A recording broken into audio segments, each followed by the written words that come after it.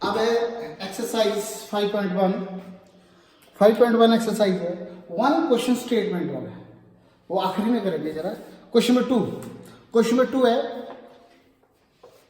First part है a is equal to 10, b is equal to 10। Question है write the first four terms of an AP when the first term a and common difference d are given. Question है कि first term and common difference are given, then form the AP. AP को form करना है, ये given question पहला part. Question क्या है, write the first four term. ये a टर्म है, b टर्म है, ये कहता है पहली चार टर्म लिखनी है। चार टर्म लिखने के लिए पहले नंबर पे क्या लिखते हैं हम, पहले नंबर पे क्या आता है a क्या है 10, यहाँ से 10 से स्टार्ट होती है सोल्यूशन। पहला आ गया 10 कॉम, फिर इसमें d प्लस कर दो, d कितना है 10, इसमें 10 प्लस कर दो। कैसे करेंगे, 10 तो फर्स्ट टर्म है जो पहले नंबर पे, उस पर d प्लस कर देंगे, d 10, या ये दूसरी टर्म, तो ये बन गई 20। फिर दूसरी टर्म कितनी है 20, 20 में d प्लस कर दो, देखो 20 था यहाँ पे, प्लस क्या कर दिया d प्लस, फिर से प्लस कर दिया ये वाला d, तो 20 प्लस 2 कितना आ गया 30। फिर 30 आ गई टर्म जी, 30 में फिर से d प्लस कर दो, 30 में प्लस टर्म कितनी बन गई 40। ये बन गई चार टर्म का ऑप्शन एपी। हमें चार टर्म लिखनी थी, हमें एपी का a गिवन था, a 10 में, तो 10 का 10 लिख दिया, और जो 10 आया 10 में d प्लस कर देंगे, मतलब कि d इसमें प्लस करते जाइए और एपी आपको फॉर्म। अगर अगली टर्म आएगी कितनी आएगी 50, अगली टर्म आएगी 60, फिर 70, जितने भी लिख दिए, पर हमने चार बोली, चार हमने लिख दिए। देन सेकंड पार्ट एक दो करते हैं फॉर्मेशन। सेकंड पार्ट है a is equal to -2, d is equal to 0। फिर से क्वेश्चन हुई है write the first four terms. देखिए ये आएगा -2, तो -2 प्लस d, d कितना है 0, ये -2 आ गया, -2 प्लस 0 कितना आएगा -2, देन -2 ये वाला ना यहाँ है, प्लस d कर दो इसमें, फिर से -2 आ गया, फिर ये जो -2 आया इसमें d प्लस कर दो 0, अगेन -2, ये चार टर्म आ गए, क्योंकि d का 0 का डिफरेंस था -2 सेम रहेगा। We'll be add the 0 with the any terms, terms एक साथ आ जाती है। ये सेकंड पार्ट आ गया। अब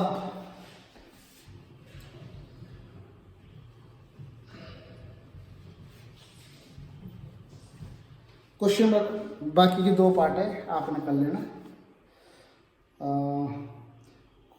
फोर्थ पार्ट कर लेते हैं, क्वेश्चन नंबर 2 का फोर्थ पार्ट। यह है a is equal to -1, d is equal to 1/2। अब देखिए, अब हमें फिर से क्वेश्चन को ये right the first four terms, पहला नंबर पे जाएगा सोल्यूशन में 1 -1। अब -1 में प्लस d कर दो 1/2, तो ये जो आएगा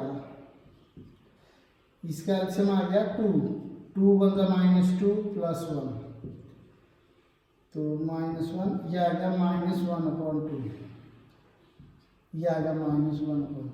इसमें क्या प्लस कर दो 1/2, 1/2 कितना आ गया 0। अब आएगा 0 है ना, 0 प्लस 1/2 d प्लस करना, दैट इज अगेन 1/2। ये चार टर्म आ गया। मतलब आपको अगर d पे अपना माइनस साइन होगा यहाँ पे, तो माइनस साइन लगेगा यहाँ पे, प्लस तो हमें फॉर्मूले से प्लस करना d, बट अपना साइन अगर होगा तो उसको यहाँ पे ब्रैकेट में लगाना, तो प्लस माइनस माइनस हो जाएगा, तो अगले टर्म्स वैसे आ जाएंगे, करना ऐड ही होता है अगर फ्रैक्शन में डिफरेंस होगा। अब क्वेश्चन नंबर 3, क्वेश्चन नंबर 3 है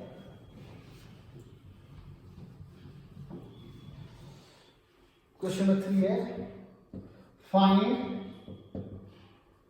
a and d from the AP, पहला part. 3 1 -1 -3 and so. Third part 1/3, 5/3, 9/3, 13/3। ये क्वेश्चन है मतलब कि हमें एपी गिवन है, ये सीरीज एपी में है, हमें फाइंड करना ए एंड डी सॉल्यूशन। बहुत ईजी है। 3 1 -1 -3 and so then A is equal, A का मतलब होता है फर्स्ट टर्म। पहले नंबर पे क्या है यहाँ पे 3 ब्रैकेट 3। डी कैसे ढूंढते बच्चों? Second term minus first term, 1 ये -3 कितना आ जाएगा -2। This is answer. बस इतना सही आंसर है। अगर बाई चांस आप यहाँ से भी ढूंढना चाहो, ठीक है, अगर यहाँ से ढूंढना चाहो अगली टर्म क्या -3, माइनस तो लगना ही है, डी ढूंढना, अगली टर्म माइनस माइनस ब्रैकेट में अपना साइन ब्रैकेट, तो -3 माइनस +12 कितना आएगा -2, ये -2 आएगा। सेम आएगा -2 डिफरेंस हो जाएगा, बट दो ढूंढने की जरूरत नहीं। दो तब ढूंढने जब आपको चेक करना है कि एपी में है या नहीं। ये थर्ड पार्ट देखिए, थर्ड पार्ट है 1/3, 5/3, 9/3, 13/3। Then A what is A 1/3 first term से पहले नंबर पे। डी कैसे ढूंढेंगे?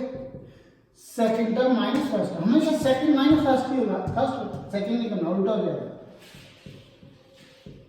1/3 ये 3 हो गया, 5 - 1 ऐसे मिलेगा 4/3, ये आ गया डिफरेंस। बस आंसर हो गया। पहले टर्म और सेकंड टर्म कितनी थी वो आ गया। अब क्वेश्चन नंबर 4 लास्ट समय,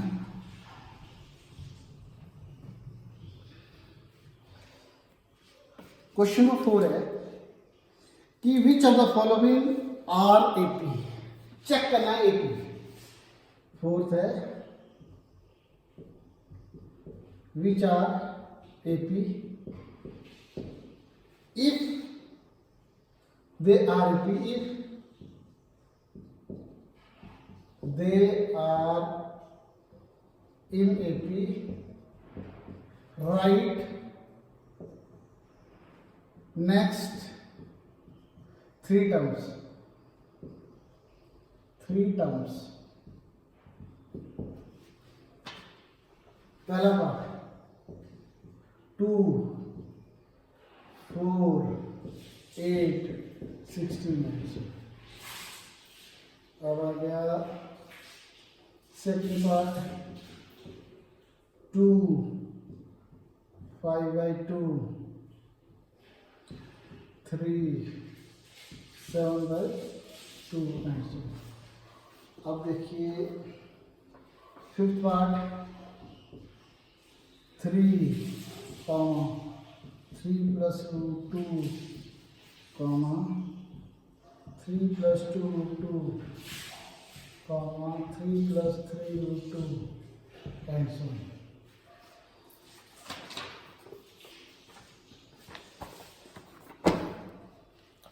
अब देखिए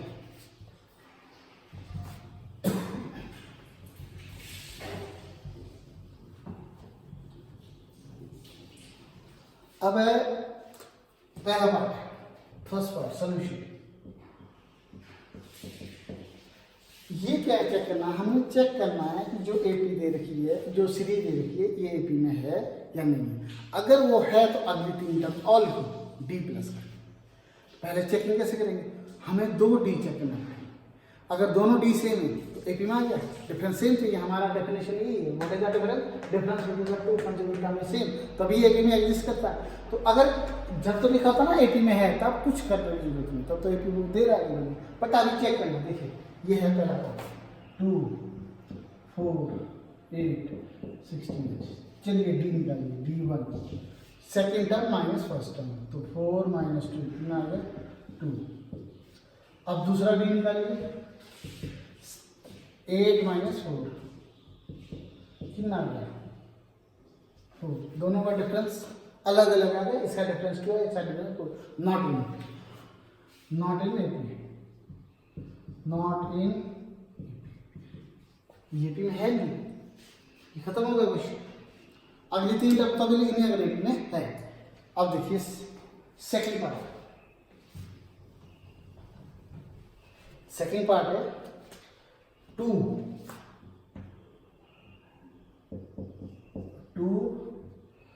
5/2 3 7/2। अब देखिए ए डी D1, अगली टर्म्स 5/2 - 2, एलसीएम ले लो 2, तो 5 - 2 to the 4 कितना आ गया 1/2। अब दूसरा डी ढूंढिए क्योंकि चेक करना है एपी में है नहीं है, 3 - 5/2 लीजिए एलसीएम 2 3 6 - 5 कितना आ गया 1/2। दोनों का सेम है क्या, एपी में है। अगर एपी में है तो नेक्स्ट 3 टर्म लिखनी है, तो नेक्स्ट 3 टर्म्स कैसे लिखेंगे, नेक्स्ट 3 टर्म्स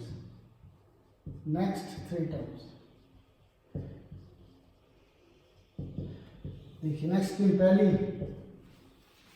नेक्स्ट 3 टर्म्स देखिए, आखिरी नंबर क्या है 7/2, जो 7/2 है प्लस कर दो डी, कितना डी 1/2 डी प्लस कर दो, ले लो एच 2 7 प्लस ये 1 आ गया, तो 8/2 कितना हो गया 4, दूसरी टर्म्स कितनी है। अब इस कौन सा आ गया यहाँ पे, क्या आ गया 4। अब 4 के बाद अगली टर्म्स क्या आएगी 4 तो आएगा, प्लस डी कर दो, इसमें डी क्या है 1/2 प्लस 1/2, 2 एलसीएम ले लो, 2 4 8 प्लस 1 9/2। अब 9/2 आ गई, 9/2 के नेक्स्ट टर्म्स क्या होगी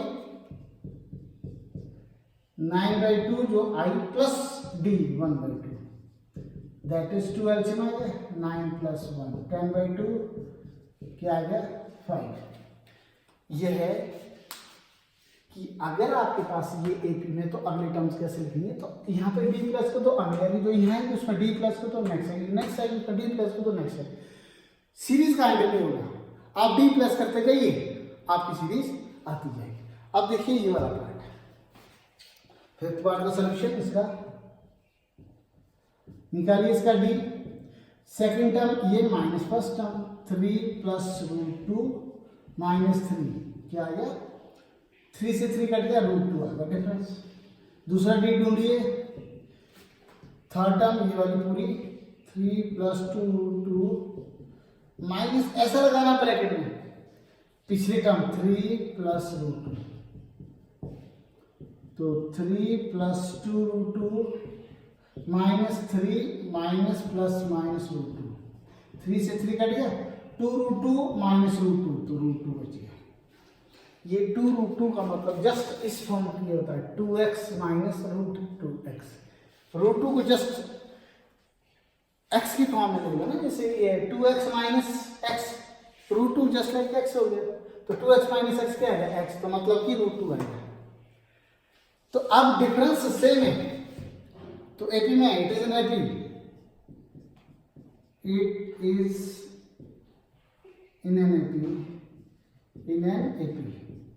आप कहता है नेक्स्ट टर्म लिखो, नेक्स्ट टर्म लिखनी जरूरी है, क्या हो रहा है देखो 3 + √2 3 + 2 √3 3 + 3 √2, अगली नेक्स्ट 3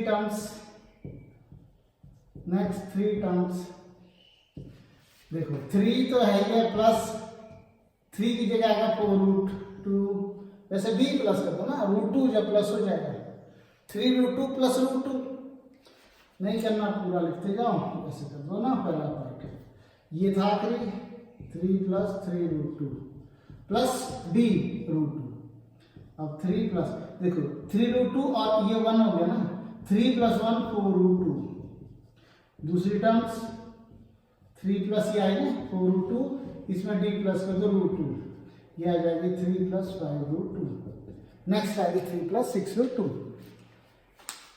ये है क्वेश्चन नंबर 4, ये खत्म हो गया। 11 12 पार्ट्स, इसके सारे पार्ट्स आपने ट्राई कर देना।